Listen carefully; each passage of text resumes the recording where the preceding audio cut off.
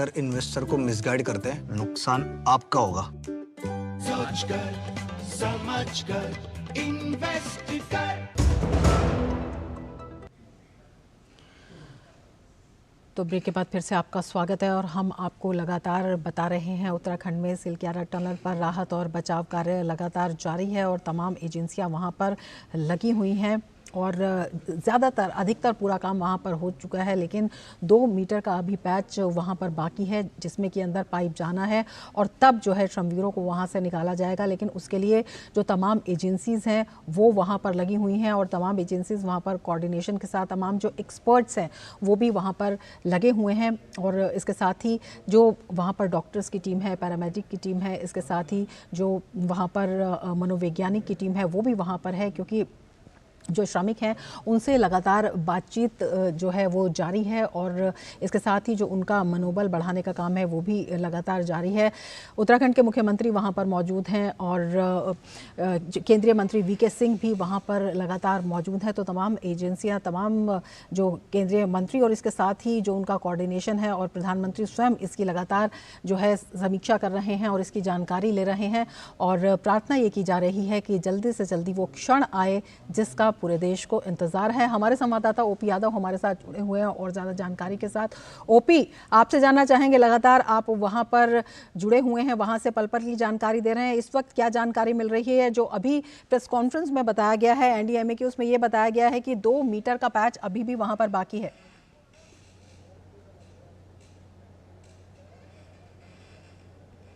जी, मैं आपको बताना चाहूँगा कि ये जो टनल में 2 मीटर का पैच इन्होंने जो बताया है, पाइप मजदूरों तक पहुँच चुका है, क्योंकि हमारे एक इंजीनियर से बात हुई थी, उनका कहना था कि पाइप मजदूर तक पहुँच चुका है, उनसे बातचीत हो रही है, सारे साजो सामान वहाँ पहुँच गए। लेकिन सबसे बड़ी जो चुनौती की बात थी, जो पाइप 6-6 मीटर का पाइप होता है तो उसमें 2 मीटर का पाइप अंदर तक जो आगे पहुँचाने की जो स्थिति होती है ना, कट के जितनी दूरी 3 मीटर का पाइप था, ये जो पाइप पहुँचा रहे हैं 6-6 मीटर के पाइप होते हैं, तो पूरा पाइप उन तक पहुंचाने के लिए ये एक्सरसाइज की जा रही है। लेकिन मजदूरों तक वो पहुंच चुके हैं, क्योंकि जो इसमें काम करने वाले एक्सपर्ट हैं उन्होंने खुद ये बोला कि पाइप वहां तक पहुंच चुका है, लेकिन मजदूरों को रेस्क्यू ऑपरेशन के दौरान 2 मीटर का जो शेष पाइप है वो पहुंचना बाकी है। इस वजह से दिन भर मीडिया इसको चलाता रहा कि मजदूरों तक हम पहुंच चुके हैं। इसके अलावा जो उनसे बातचीत भी लगातार जारी रही है, इसी वजह से दिन भर ये मीडिया में खबरें चलती रही कि मजदूरों तक हम पहुंच चुके हैं। जो रेस्क्यू ऑपरेशन है, रेड माइनर्स की टीम है, वो वहां तक उन तक पहुंच चुकी है। लेकिन जैसा अभी प्रेस ब्रीफिंग में बताया गया कि 2 मीटर का जो पाइप शेष बचा हुआ है, जो 6 मीटर का पाइप देना था, जिसमें 4 मीटर का पाइप तो उस दूरी तक था, 2 मीटर का एक्स्ट्रा पाइप जो लंबा होता है, क्योंकि उसको काटा नहीं गया, जो पाइप आगे पहुंचाना था, इसी वजह से ये स्थिति बनी हुई है कि अभी भी 2 मीटर का पाइप जिसको पहुंचाने की जो बात की जा रही है वो आगे उन तक पहुंच नहीं पाया। बिल्कुल। ओपी, आपसे ये भी जानना चाहेंगे कि जो एनडीआरएफ की टीम है वो भी 12 टीमें तैयार हैं, एसडीआरएफ की टीम जो है उन्हें सपोर्ट करेगी, इसके साथ ही चाहे वहाँ पर डॉक्टर्स की टीम हो, चाहे वहाँ पर जो और भी एक्सपर्ट्स हैं जो उनसे बात करेंगे वो भी वहाँ पर मौजूद है। किस तरह से ये तमाम कोऑर्डिनेशन देखने को मिल रहा है सभी एजेंसीज में?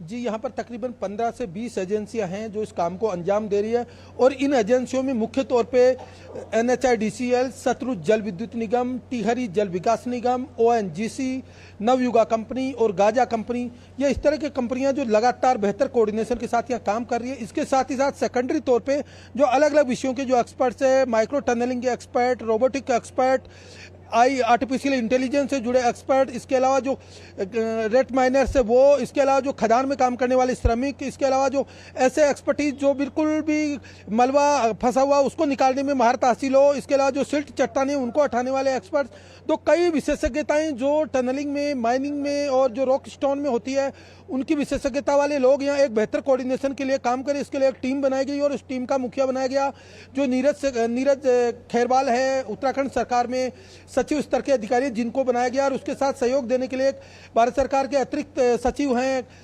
महमूद अहमद जो NHIDCL के प्रबंध निदेशक भी है, उनको साथ उनके लगाया गया है। इसके अलावा जो राज्य सरकार के सूचना महानिदेशक हैं बंशीधर तिवारी, उनको इसके साथ टीम के साथ जोड़ा गया। साथ ही साथ जिला प्रशासन से जो जिला कलेक्टर है अभिषेक रोहिला और जिला कलेक्टर के साथ जो SP है पुलिस अधीक्षक अर्पण यदवंशी, इन सबको साथ में लगाकर एक बेहतर कोऑर्डिनेशन की टीम बनाएगी और सबने समन्वय बनाकर एक मैकेनिज्म के तहत काम करना शुरू किया कि किसको क्या जिम्मेदारी दी गई है, कौन सी जगह कौन काम करेगा। और यही वजह रही कि जो रेस्क्यू ऑपरेशन है इससे पहले की जो प्रक्रियाएं थी, वर्टिकल, हॉरिजॉन्टल, मैनुअल, परपेंडिकुलर और जो अन्य तरह के जो ऑप्शंस अपनाने हैं उन सबको अपनाने के लिए अलग अलग रास्तों में कोऑर्डिनेशन टीम बनाकर लगातार काम किया जाता रहा। लेकिन सबको ये विश्वास था कि जो हम सफलता हासिल करेंगे वो इधर मैनुअली रास्ता है, जो हॉरिजॉन्टल डीलिंग के बाद मैनुअली काम करें, उसी रास्ते पे हमें ज़्यादा फोकस देना है। यही वजह है कि सभी मोर्चों पे लगातार काम रहा, टीम का कोऑर्डिनेशन रहा, लेकिन फोकस इसी रास्ते पे रहा। और जो केंद्रीय मंत्री नितिन गडकरी भी आए थे, उन्होंने भी बताया कि जो हडल्स आएंगे वो ज़्यादा आएंगे यहाँ, लेकिन चुनौती से निपटने के बाद भी हमारे लिए बेस्ट ऑप्शन यही रास्ता रहेगा। यही वजह है कि सबसे ज़्यादा फोकस इसी रास्ते पे दिया गया। और जो अभी हम बात कर रहे हैं कि मजदूरों तक जो टनल के जो रेस्क्यू ऑपरेशन की टीम है, जो ड्रिलिंग कर रहे हैं मैनुअली, वो सब लोग पहुँच गए। लेकिन हालांकि इसमें 2 मीटर का जो ऑब्स्टिकल बताया जा रहा है, टेक्निकली अभी वो पहुँचा नहीं, लेकिन फिजिकली तौर पर अपन बात करें तो मजदूरों के करीब पहुँच गए। इसलिए उनका न केवल हौसला बुलंद है, बल्कि जो साजो सामान उनको रेस्क्यू ऑपरेशन के लिए जरूरी होता है, सारा वहाँ पहुँचा दिया गया है। अभी तकरीबन 3 घंटे पहले बेड पहुंचाए गए थे, उसके बाद जो स्ट्रेचर पहुंचाए गए, इसके बाद एनडीआरएफ और एसडीआरएफ की टीमें चली गई, जिनको हमने विजुअल्स में भी दिखाया था। और इसके साथ चिकित्सकों की जो मनोचिकित्सकों की टीमें भी वहां चली गई। और केंद्रीय स्तर के जो एजेंसियों के जुड़े हुए जो एक्सपर्ट है, इंजीनियर है, विदेशी एक्सपर्ट है, सभी लोग उस टनल में उस वक्त पहुंच चुके थे। तो निश्चित तौर पर ये हर्डल जिसको हम देख रहे हैं, ये टेक्निकली एक ऑप्शन है, जिसकी वजह से हम ये समझ पा रहे हैं कि वहां भी पहुंचने में देरी है। लेकिन निश्चित तौर पर जो मजदूरों कर जो बाधा थी वो निश्चित तौर पर पूरी हो चुकी है और मजदूरों तक टनल का जो ऑपरेशन रेस्क्यू वो पूरा हो गया है।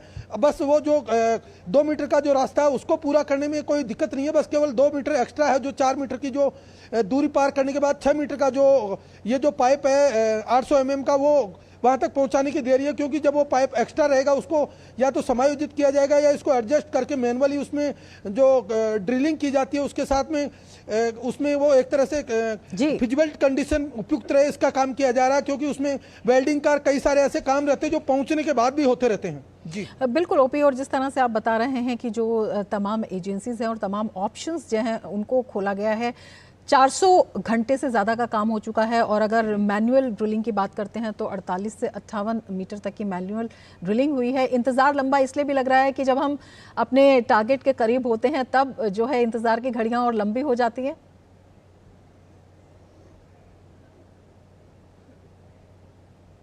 जी बिल्कुल सही कहा आपने। हालांकि इंतजार की घड़ियां लंबी हो जाती है, क्योंकि बेचैनी बढ़ती जाती है कब एक ऑपरेशन पूरा होगा। क्योंकि जब तक ये 45 मीटर तक ये जब आया था, उसमें जो अमेरिकन ऑगर मशीन के जरिए ड्रिलिंग कर रहे थे, उसमें हर दिन 5 मीटर का रास्ता हम तय करते थे। और उसी के तुरंत बाद से ये ऑब्स्टिकल आ जाता कि आयरन रोड या पाइप आ गए। फिर उसके बाद वो मशीन का कटर अटक गया, उसको निकालने के लिए 20 घंटे लग गए, 24 घंटे, कभी 18 घंटे, ऐसे तकरीबन 4-5 दिन में कंटिन्यू ये लुका छिपी का खेल चलता रहा। कभी मशीन फंस रही है, उसको निकाल रहे हैं, मैनुअली कर रहे हैं, उसको फिट कर रहे हैं, उसको असेंबल कर रहे हैं, उसका कटर चेंज कर रहे हैं। तो इसी में टाइम में तकरीबन 4-5 दिन का समय लगा। और बाद में जब जो कोऑर्डिनेशन कमेटी है इसने तय किया कि हम जब अब 45 मीटर पहुंच गए, उसके बाद का रास्ता तय करने के लिए हमें मैनुअली काम करना चाहिए, क्योंकि उसमें ज़्यादा हम महफूज रहेंगे और बार बार जो मशीनों को निकालने और जोड़ने और असेंबल करने और उसमें मैकेनिज्म को फिट करने में टाइम लगता है, वो बच जाएगा। और यही वजह है कि बाद में जब ये मैनुअली काम करने का ऑप्शन आया तो उसमें जो रेट माइनर्स है उनको बुलाया गया और अलग अलग एक्सपर्ट को अलग अलग राज्यों से विशेषज्ञों को बुला के और श्रम वीरों को बुला के जो टनल में काम करने का व्यस्त है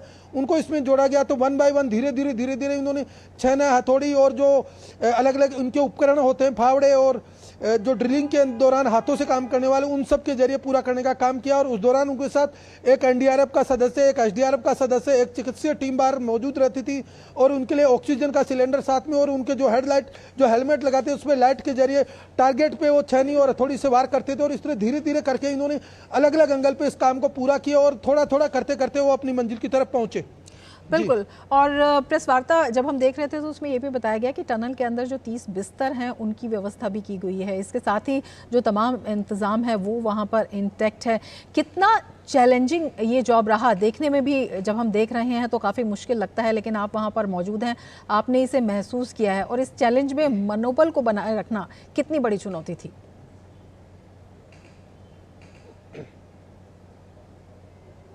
जी, ये जो हिमालयन पहाड़ियों की जो श्रेणियां हैं जिनमें इस तरह की सुरंगें बनाने का काम होता है, ये बहुत ही चुनौतीपूर्ण होता है। क्योंकि जब हम वैश्विक स्तर पर जो जियो फिजिक्स से बात करते हैं या उनके अनुभव सुनते हैं तो उनका साफ तौर पर कहना कि भारत के जो हिमालयन पहाड़ हैं ये बहुत ही नाजुक है, बहुत ही नए हैं, बहुत ही संवेदनशील है। इन पहाड़ों के अंदर सुरंग बनाना या रास्ता बनाना बहुत चुनौतीपूर्ण होता है, क्योंकि इनका जो सॉफ्ट रॉक होता है वो फिसल जाता है और थोड़ी सी भी इनमें कंपनी या शुरू कुछ मूवमेंट होता है तो ये धंसने का इनमें पूरा चांस रहता है। क्योंकि इनकी जो खुरदरी मिट्टी होती है एकदम से घर्षण के साथ नीचे आ जाती है और जो रेस्क्यू ऑपरेशन जो काम चल रहा है उसको बाधा कर देता है। इसी वजह से इसको पूरी सावधानी के साथ अंजाम तक देने की ये एक चुनौती बनी हुई थी। लेकिन जिस तरह से इस काम को अंजाम देने के लिए तमाम तरह की एजेंसियां, तमाम तरह के लोग अपने काम में लगे हुए थे और बीते 17 दिन से इस ऑपरेशन को पूरा करने के लिए अलग अलग लेवल पे मैकेनिज्म अपनाया गया, वो यही वजह है कि ये देरी होने का मुख्य कारण बना। अदरवाइज ऐसे ऑपरेशन बहुत जल्दी पूरे हो जाते हैं।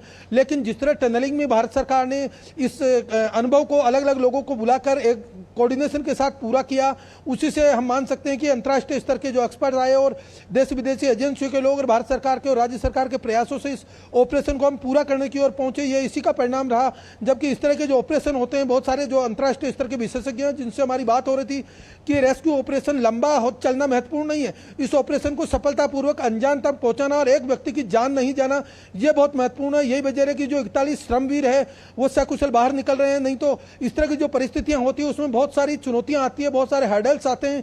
जो मशीन है, जो ऑगर मशीन है, बीते 12-13 दिन तक जहाँ चली तो उस दौरान इतना कंपन होता था उसमें, क्योंकि उसकी 1570 हॉर्स पावर की कैपेसिटी थी। तो जब ये चलती थी तो पहाड़ी में पूरा कंपन होने लगता था और उस कंपन के दौरान ये संभावनाएं बनी रहती थी कि कहीं मलबा फिर से न गिरने लगे। तो इस डर से बचते हुए इंजीनियरों ने जिस तरह से काम किया वो एक न केवल चुनौतीपूर्ण था बल्कि अपने आप में एक बहुत ही सुरक्षा और संवेदनशीलता के साथ अभियांत्रिकी का बेहतरीन नमूना था, जिसका देश और दुनिया जब ये ऑपरेशन पूरा हो जाएगा उसके बाद अपने अपने तरीके से व्याख्या करेगी। किस तरह जो सिलक्यारा टनल है उसमें 4.5 किलोमीटर का रास्ता बनाने के दौरान जो मात्र 70 मीटर का मलबा धंसने से जो बाधा उत्पन्न हुई उससे निपटने में कितनी चुनौती आई और इस चुनौती को किस तरह केंद्र राज्य की एजेंसियों ने समन्वित तरीके से पूरा किया और इन जो श्रमवीर है उनकी सकुशल जिंदगी बचाते हुए उनको बाहर निकालने का एक सार्थक ऑपरेशन पूरा किया। बिल्कुल, अभियांत्रिकी तकनीकी कौशल का बेहतर नमूना इसलिए भी कहा जा सकता है क्योंकि हिमालयन रीजन में किसी भी तरह का प्रेडिक्शंस नहीं किया जा सकता। दूसरा, मौसम की भी वहाँ पर चैलेंज होती है और पूरी सावधानी वहाँ पर बरतनी होती है। तो ऐसे में बल्कि जो विदेशी एक्सपर्ट्स हैं उन्होंने भी इस अभियान की काफ़ी तारीफ की है। ओपी,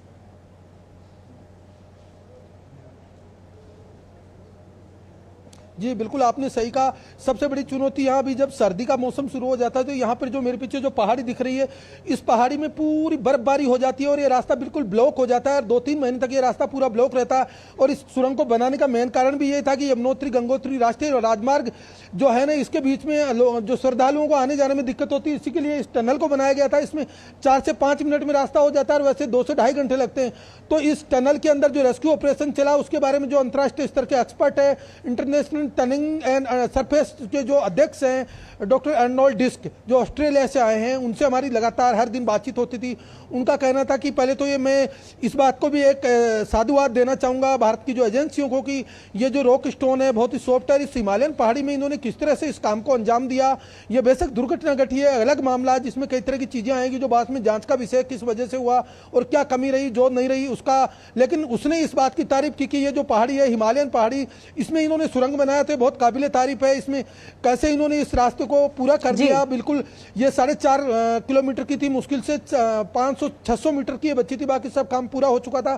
तो उन्होंने भी इस बात की तारीफ की थी भारत की अभियांत्रिकी और जो कौशल दक्षता है और जो श्रमवीरों का काम करने का हुनर है, जिनको सिर्फ काम का अनुभव है, बिना पढ़ाई लिखाई बिना डिग्री योग्यता के ये लोग जिस तरह काम करते हैं वो वास्तव में काबिल तारीफ है। जबकि उन्होंने कहा कि विदेशों में हम लोग जो छोटे स्तर के मजदूर हैं उनको भी टेक्निकल डिग्री देते हैं, लेकिन जो टेक्निकल डिग्रियां सिर्फ कागजों में सिमट कर रह जाती है और यहाँ का जो अनुभव वो इस टनल के अंदर मजदूरों को बाहर निकालने का बेहतरीन माध्यम बन रहा है। तो इसलिए उन्होंने रेट माइनर्स की बहुत अच्छे से तारीफ की और उन्होंने कहा कि मैं जाके इस बात पे अध्ययन करूंगा कि हमारे देश में भी क्या इस तरह के रेट माइनर्स हैं जो डिग्रियां लेने के बाद भी इस तरह का हुनर नहीं रख पा रहे हैं। बिल्कुल, इसमें जो उनका अनुभव है इसके साथ ही जो मानवीयता है और जो बचाने का, जो मानव जिंदगी बचाने का जज्बा है वो भी बेहद महत्वपूर्ण है। ओपी, आप हमारे साथ बने रहें। हम सबसे पहले अब अपने जो दर्शक हैं उन्हें ये दिखा देते हैं कि जो श्रमिकों के संबंधी हैं उनका क्या कुछ कहना है। कल परसों हो रहा है बात, वो तो अभी तो बता रहा है कि ठीक है, घर जाने के बाद होगा ना स्वागत। आज तो खुशी है, तो निकालने के बाद तो फिर और खुशी होगा, फिर अस्पताल से घर साथ में जाएंगे। पर किसी तरह का कोई परेशानी नहीं था, बातचीत हुई थी, तबियत भी सब ठीक था। वो लोग बोला ठीक है, कोई नहीं, हम लोग धैर्य बनाए हुए हैं, आप लोग भी सही से रहिए। और आगे बढ़ेंगे लेकिन उससे पहले ले लेते हैं एक ब्रेक। आप देखते रहिए डीडी न्यूज़। मोदी सरकार की गारंटी, महिलाओं के लिए धुआं मुक्त रसोई, प्रधानमंत्री उज्ज्वला योजना के तहत 10 करोड़ गैस कनेक्शन। हमारा संकल्प विकसित भारत। माँ, ये खीर किसके लिए? आज तेरे दादाजी का जन्मदिन है, उनके लिए। तो मैं दादाजी को क्या दूँ? अपना मोबाइल फोन देना। ये क्या कर रही है? दादाजी के लिए आयुष्मान कार्ड बना रही हूँ। घर बैठे? हाँ।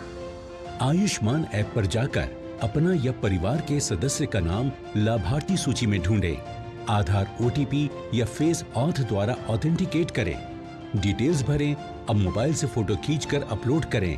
दादाजी, ये लीजिए अपना आयुष्मान कार्ड। ये उपहार तो जीवन भर काम आएगा। और एक प्रकार से PM जय अब गरीबों की जय बन गई है। 5 लाख तक के मुफ्त उपचार की गारंटी, स्वास्थ्य का वरदान आयुष्मान। अब क्या देख रहे हो पापा? तुम कहते हो ना कि स्टॉक मार्केट में बहुत सोच समझकर इन्वेस्ट करना चाहिए, बस थोड़ा सा ज्ञान ले रहा हूँ। किससे? हर एक स्टॉक्स एक्सपर्ट है, मस्त एजुकेशनल वीडियोस बनाता है और अच्छी इन्वेस्टमेंट की टिप्स भी देता है। पापा, इन वीडियोस पे ना जाएं, अपना रिसर्च खुद करें या सेबी रजिस्टर्ड इन्वेस्टमेंट एडवाइजर से संपर्क करें। एजुकेशन के नाम पर कुछ इन्फ्लुएंसर्स अक्सर इन्वेस्टर को मिसगाइड करते हैं, नुकसान आपका होगा। सोचकर समझकर इन्वेस्ट कर। ब्रेक के बाद फिर से आपका स्वागत है और हम बता रहे हैं इस वक्त की सबसे बड़ी खबर। सिलक्यारा टनल में जो श्रमवीर हैं उनको निकालने का जो काम है, राहत अभियान युद्ध स्तर पर चल रहा है। तमाम एजेंसियां वहां पर लगी हुई हैं और तमाम प्रिकॉशंस वहां पर बढ़ते जा रहे हैं। सावधानी पूर्वक किस तरह से श्रमवीरों को निकाला जाए और इसके साथ ही उन्हें निकालने के बाद की क्या रणनीति होगी, उसका भी वहाँ पर पूरा प्रबंध कर लिया गया है। मुख्यमंत्री धामी वहाँ पर मौजूद हैं, केंद्रीय मंत्री VK सिंह वहाँ पर मौजूद हैं और तमाम जो वहाँ पर एजेंसीज़ हैं वो वहाँ पर मौजूद हैं और एम्बुलेंस की व्यवस्था है। इसके साथ ही टनल के अंदर तकरीबन 20 से लेकर 30 बिस्तरों की व्यवस्था भी वहाँ पर की गई है। हमारे संवाददाता OP यादव हमारे साथ और ज़्यादा जानकारी के साथ लगातार हमारे साथ जुड़े हुए हैं। OP, आपके पास आना चाहेंगे और आपसे जानना चाहेंगे, जिस तरह से आप बता रहे थे रैट माइनर्स का काम, उन पर भी काफ़ी सबकी नज़रें टिकी हुई थी, सबकी उम्मीदें उन पर टिक गई थी जब ऑगर मशीन में कुछ गड़बड़ी आ गई थी। लेकिन किस तरह से उन्होंने, अगर हम बात करते हैं 48 मीटर से 58 मीटर तक का पैच जो उन्होंने अपनी खुदाई के द्वारा पूरा किया, उसमें भी बड़ा चैलेंज था क्योंकि उसमें जो 2 लोग थे वो आगे थे, एक उनमें से खुदाई करता था, दूसरा उसमें से मिट्टी डालता था और 3 से 4 लोगों की टीम थी जो उसे बाहर निकालती थी।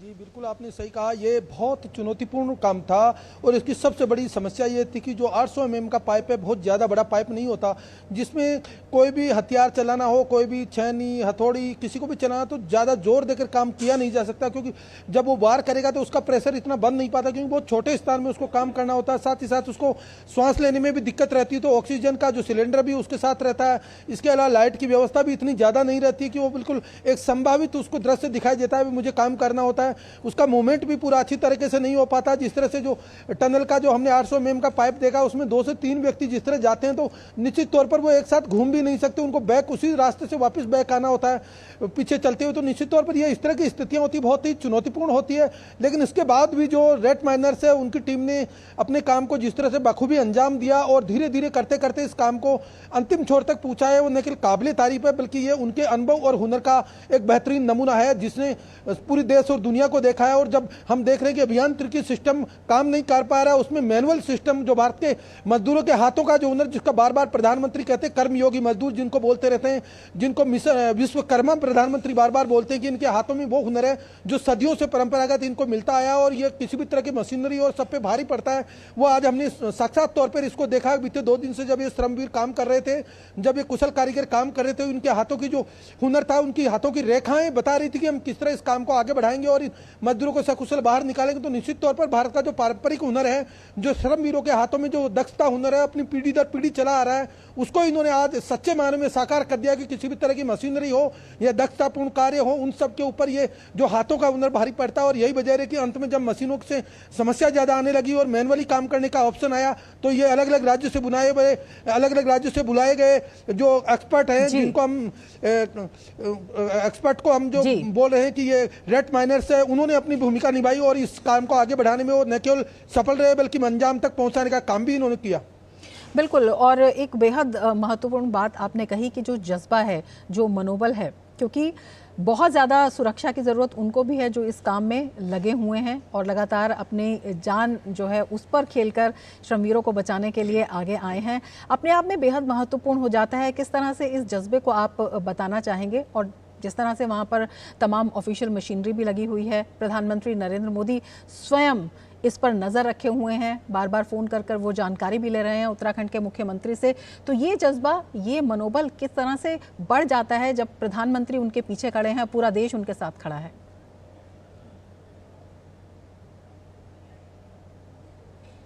ये इस ऑपरेशन की सबसे बड़ी खास बात अगर हम बात करें तो सबसे महत्वपूर्ण बात यही निकली, इसमें विज्ञान, विश्वास, आस्था और उम्मीद का संगम साफ तौर पर देखने को मिला। विज्ञान इंजीनियरिंग ने अपना दिखाया, आस्था यहाँ जो लोग थे स्थानीय, उन्होंने स्थानीय लोक देवता की पूजा करके दिखाया, और उम्मीद देश के प्रधानमंत्री से सभी लोगों ने लगा रखी थी कि जब वो इस टनल से संबंधित विषय पर बार बार जब राज्य के मुख्यमंत्री से बात कर रहे थे तो उन्हीं उम्मीदों के सहारे ये जो 41 जिंदगियां जो टनल के अंदर फंसी हुई थी, वो उम्मीद के साथ बैठी थी कि हमारे साथ हमारे देश का वो मुखिया मौजूद है जिसकी संवेदनाएं हमारे प्रति न केवल गहरी है बल्कि वो हर मुश्किल का सामना करते हुए हम तक पहुंचाने के लिए हर जरूरती साजो सामान यहाँ पहुंचाएंगे और हम इस रेस्क्यू ऑपरेशन में सफल रहेंगे। यही वजह है कि जब अंतर्राष्ट्रीय मीडिया में खबरें आई, मैं खुद भी एक इंटरनेशनल न्यूज वेब को पढ़ रहा था, डॉक्टर अर्नोल्ड डिस्क ने मुझे बताया कि देखिए इस में जो खबर लिखी है इसकी हेडलाइन यही है कि किसी देश का मुखिया टनल में फंसे मजदूरों को निकालने के लिए अपनी संवेदनाएं दर्शा रहा है। उससे नीचे कितने ऑप्शन आ जाते होंगे, जो कितने लोग आ जाते होंगे जो इस ऑप्शन को देखने के लिए तैयार रह सकते हैं। लेकिन उसी हेडलाइन को मुझे डॉक्टर अर्नोल्ड डिस्क ने दिखाया किसी इंटरनेशनल न्यूज पेपर की, कि आप देखिए आपके प्रधानमंत्री की हेडलाइन इस खबर के साथ शुरू हुई है कि किसी देश का मुखिया एक सामान्य मजदूर के प्रति गंभीर है, तो निश्चित तौर पर इस ऑपरेशन के प्रति देश और सरकार की संवेदनाएं देखी जा सकती है। उसके बाद दूसरा उनका जो महत्वपूर्ण मुद्दा था, उन्होंने कहा कि ये लोक आस्था का विषय है, इसमें मेरी खुद की भी आस्था बढ़ गई। हम लगातार बार बार ये दिखा रहे थे कि डॉक्टर अर्नोल्ड डिस्क रोज इस जो टेम्परेरी मंदिर बना हुआ उसमें तकरीबन आधा से 1 घंटा बैठते थे, वो जो एक पुजारी है उनसे पूजा करवाता था। जब हमने उनसे पूछा कि आप वैज्ञानिक, मनोवैज्ञानिक, इंजीनियरिंग के व्यक्ति किस तरह इस आस्था और विश्वास में अपना ध्यान दे रहे, तो उनका साफ तौर पर कहना था कि ये जगह ऐसी है, हर जगह का महत्व होता है, ये देवताओं की धरती है। और मैंने जो इंटरनेट पर स्टडी किया उसके हिसाब से मैं मान सकता हूं कि मेरा मनोवैज्ञानिक स्तर इस आस्था के साथ साथ विज्ञान और इंजीनियरिंग को जोड़ के चल रहा है, इसलिए मैं यहाँ टिका हुआ हूं। और मुझे पूरी उम्मीद है कि ये जो विहंगम संगम है आस्था, विश्वास और उम्मीदों का प्रधानमंत्री के जरिए, इसी के जरिए ये सार्थक होगा कदम, और सभी लोग इन मजदूरों को बाहर निकालने के बाद हम सफल होंगे। बिल्कुल ओपी, हमारे साथ आप बने रहें, आपसे जानकारी लेते रहेंगे, लेकिन फिलहाल बुलेटिन में वक्त है एक ब्रेक का। आप देखते रहिए डीडी न्यूज। पता है इन्वेस्टर्स के लिए कि इन्वेस्टर प्रोटेक्शन फंड होता है IPF, लेकिन अगर तुम्हारा ट्रेड एक्सचेंज पर एग्जीक्यूट नहीं हुआ या फिर कोई गारंटीड रिटर्न्स वाली स्कीम है तो ये IPF आपकी मदद नहीं कर सकता है। और अगर आपका ब्रोकर ही डिफॉल्टर बन जाए तो फिर IPF आपको कॉम्पेंसेशन दिला सकता है। कहाँ से सीखा? NSE की साइट पर। सोचकर समझकर इन्वेस्ट कर। ब्रेक के बाद फिर से आपका स्वागत है और हम बात कर रहे हैं इस वक्त की सबसे बड़ी खबर की। सिलक्यारा टनल में राहत और बचाव कार्य जो कि युद्ध स्तर पर चल रहा है और इंतज़ार की कुछ घड़ियां अभी बाकी हैं। हमारे संवाददाता ओपी यादव हमारे साथ जुड़े हुए हैं। ओपी, बहुत संक्षेप में आपसे जानना चाहेंगे, हालांकि जो प्री मैच्योर प्रेडिक्शंस है वो नहीं की जा सकती हैं, लेकिन इस वक्त आपको अब क्या जानकारी मिल रही है, क्योंकि पल पल में वहाँ पर चीज़ें बदल रही हैं?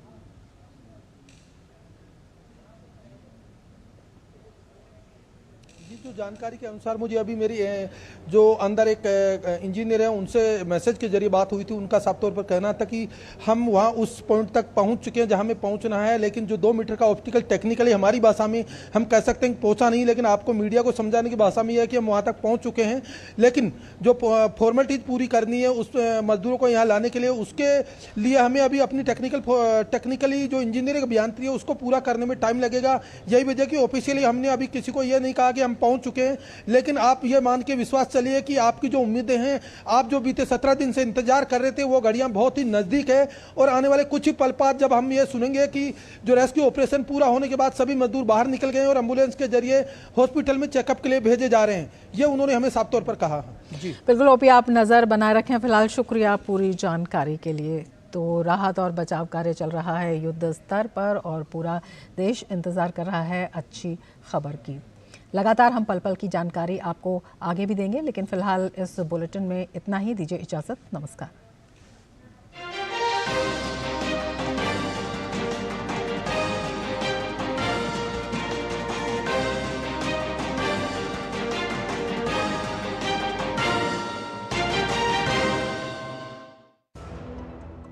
सिर्फ 4 दीवारों का मतलब घर नहीं होता।